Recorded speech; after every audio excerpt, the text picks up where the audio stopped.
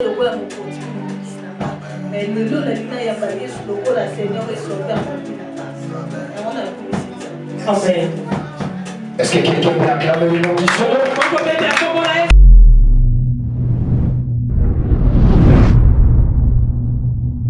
Voilà, que le Seigneur nous bénisse tous, vous qui vous avez eu l'occasion de nous suivre partout dans le monde. Nous sommes dans notre randonnée appelée les temps de témoignage. Alors que le Seigneur vous bénisse, vous qui nous suivez en ce moment, parce que nous sommes maintenant de retour.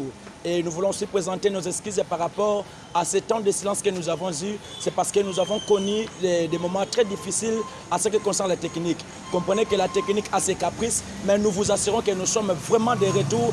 Et à partir du moment où je vous parle, nous sommes là pour vous annoncer des témoignages à lesquels l'Éternel a opéré dans notre église et par la vue de plusieurs gens. Et vous qui nous suivez en ce moment, vous devez savoir que la vue dépend aussi de ce que nous faisons. Et ce que nous faisons, cela dépend aussi de la vie spirituelle. Sachez-le que la vie spirituelle a une grande impact à ce qui concerne la vie physique. Tout ce que nous faisons, tout ce que nous sommes, pour que la vie, pour que les choses physiques puissent y avoir lieu, il faudrait que la spiritualité puisse lui influencer. Voilà pourquoi nous sommes là sur notre randonnée pour vous parler de ce que l'Éternel a opéré, m'empêcher de pouvoir faire du bien. Ah bon, la Bible dit ceci, pour que l'apôtre Paul abandonne cela, la Bible dit il s'est d'abord converti. Cela veut dire quoi? Il avait d'abord accepté de laisser le mal, d'abandonner le mal et de suivre Jésus. Comment suivre Jésus? Il avait d'abord renoncé à ses péchés et passant par le moyen du baptême. Et le baptême, c'est cela le moyen par lequel où la personne abandonne la vie du péché, où la personne laisse tout ce qui était du mal et de vouloir recevoir une nouvelle vie. Voilà pourquoi Zambazo Bengayo, Yomtezo Landanga, mon bien-aimé, ma bien-aimée, vous qui nous suivez en ce moment, sachez que le péché n'est pas une bonne vie. Sachez que l'ivrognerie n'est pas une bonne vie. La beauté que tu as, l'Éternel t'a donné cette beauté, non pas pour s'abuser, non pas seulement pour avoir 5 hommes. Tu es là, tu me suis, jeune frère, jeune fille, oza motozo melaba bombe, oza motozo langwa masanga. Oza motozo sala makamoko bosoto, oza kokana na bomo ya oyo Nzambe alingi te yozala. Sachez qu'à partir du moment où oza commettre ba péché à chaque fois, yaba ke ozo éloigner les pamboli et zala mosika na yo. Zamba zo benga yo, obongo la motema, parce que nous sommes dans une période où nous allons parler sur la repentance et n'attendons que comme on a fait ya séminaire autosanango, nous allons amener les gens à prendre une vie nouvelle. Quelle est cette vie nouvelle? C'est la vie de prendre le baptême et de recevoir Jésus comme étant ton sauveur et ton Seigneur. Et il y a eu des gens, des frères, des sœurs, jeunes tels que vous êtes, jeunes tels que nous sommes, jeunes tels que tu es, ils ont accepté de recevoir Christ comme leur étant sauveur et Seigneur. Mon bien-aimé, laisse. J'ai béni Dieu aujourd'hui. Alléluia. Oui, j'ai été baptisée. Vous avez qui baptisé, oui. La soumaki. Mais aujourd'hui, Les lots. mon thème est l'obité. La coquité.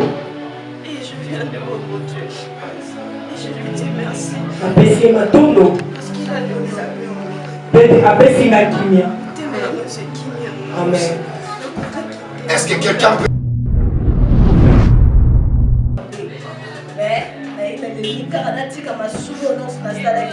na bande na nga kosambela me nayebaki nzambe te nayambaki yesu te lokola mokonzi me lelo nalingi nayamba yesu lokola seigneur et sauveur yango nakomisi nzambe. Amen.